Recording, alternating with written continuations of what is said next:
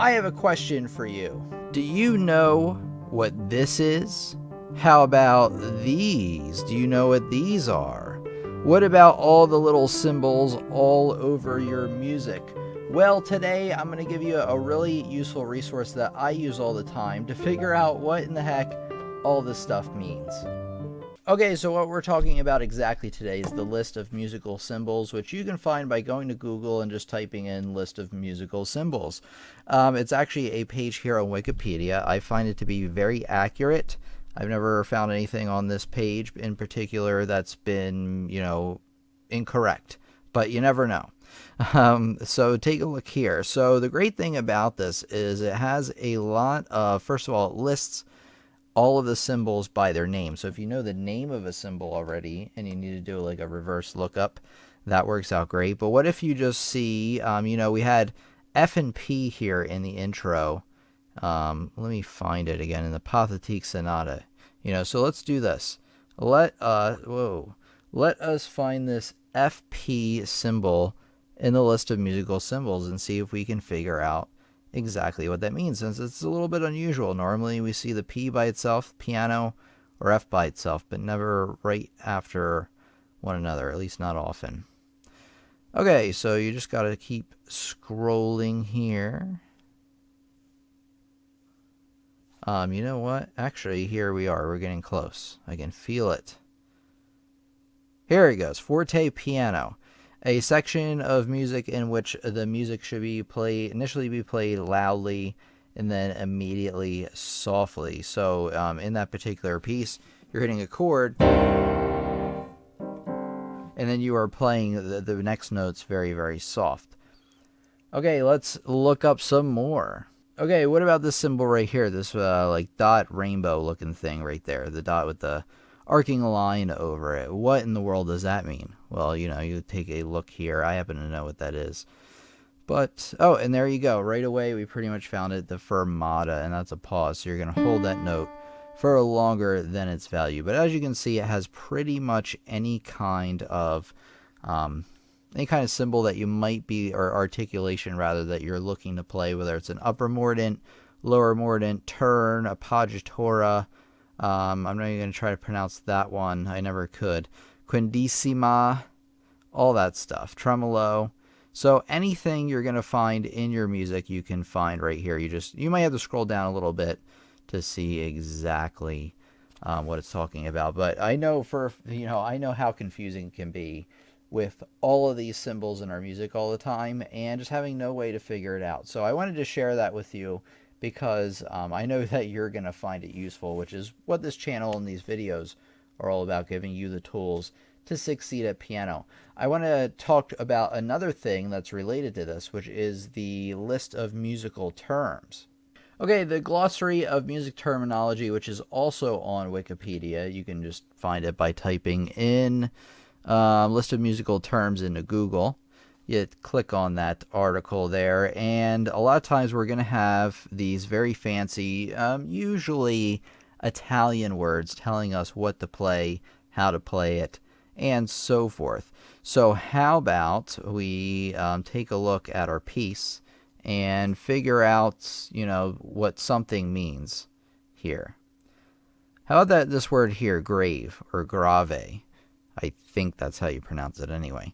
So you go here to the list. Let's see. Check out G.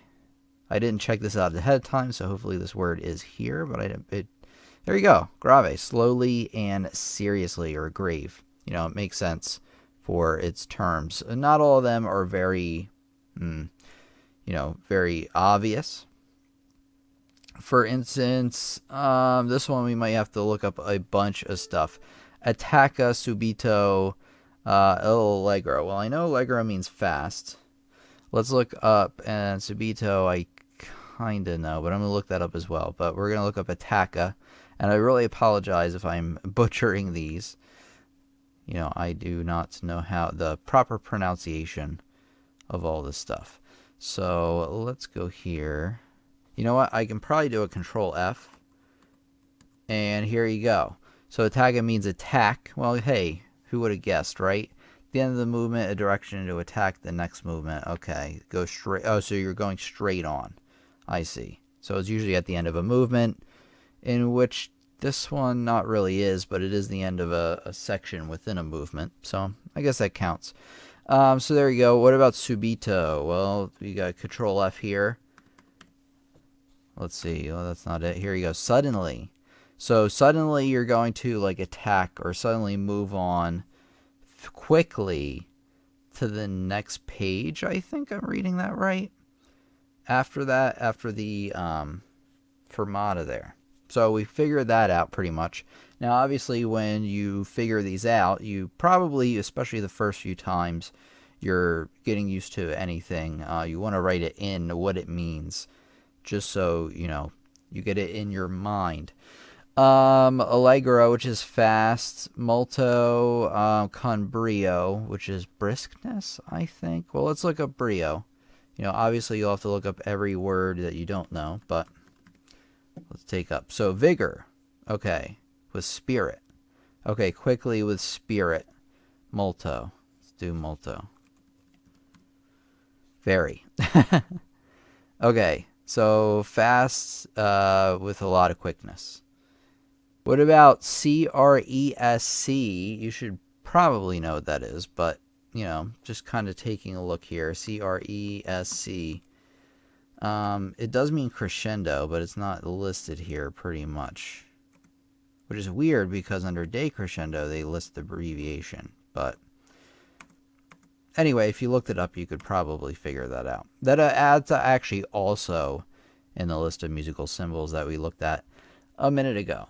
If you like what you see over here on the YouTube channel, you're learning tons, and you either want an iron grip on those basic topics for if you're a beginner, or you're looking to get into the more intermediate and advanced topics to really take your piano playing to the next level, well, my courses over on pianolessonsontheweb.com are for you. You're definitely going to want to check these out if you like the YouTube channel.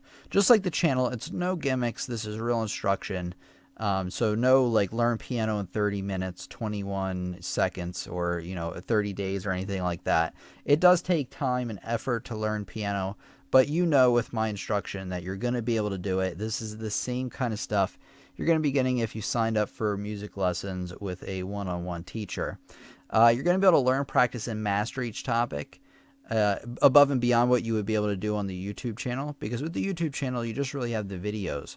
But with this, you not only do have instructional videos, but you also have notes to accompany those lessons. You got worksheets, sheet music, and activities and assignments to really help you learn a lot more. It's just like taking a course at a college. You can contact me anytime and through email, tim@lessonsontheweb.com, and I'd be more than happy to help you out. So you can feel free to take a look around and read more about this. One thing I want to tell you is that if you, first of all, you can purchase courses individually or in course packs. If you purchase them in course packs, you're going to get a very good deal on these, since normally they're $29.99 a course. But as you can see with even the beginner's pack, you get 4 courses for just $39.99. So you can do the math on that. And then, of course, you know, you got the intermediate pack at $99.99, but you get 9 courses there. So a lot. And then, of course, you can get the all-course access, which is the best deal.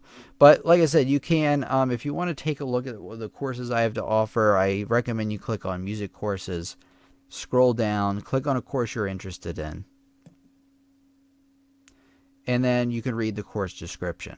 You can actually also get there from, should have mentioned this with the packs here, you know, it lists the courses included. You click on the course, and it will take you to that course's description page, so you can watch, you know, a sample video, read exactly what it covers. So, like I said, if you like what you see over here on YouTube and you're really looking to take things to that next level, go to pianolessonsontheweb.com. That's my website, and check out the courses I have there to offer for you. If you're looking for more useful tips and lessons, check out the other lessons in the playlist around the channel. Make sure to subscribe so you don't miss a beat, because we got more lessons coming out all the time. This is your piano teacher, Tim, here. Thanks for coming, and I'll see you in the next lesson.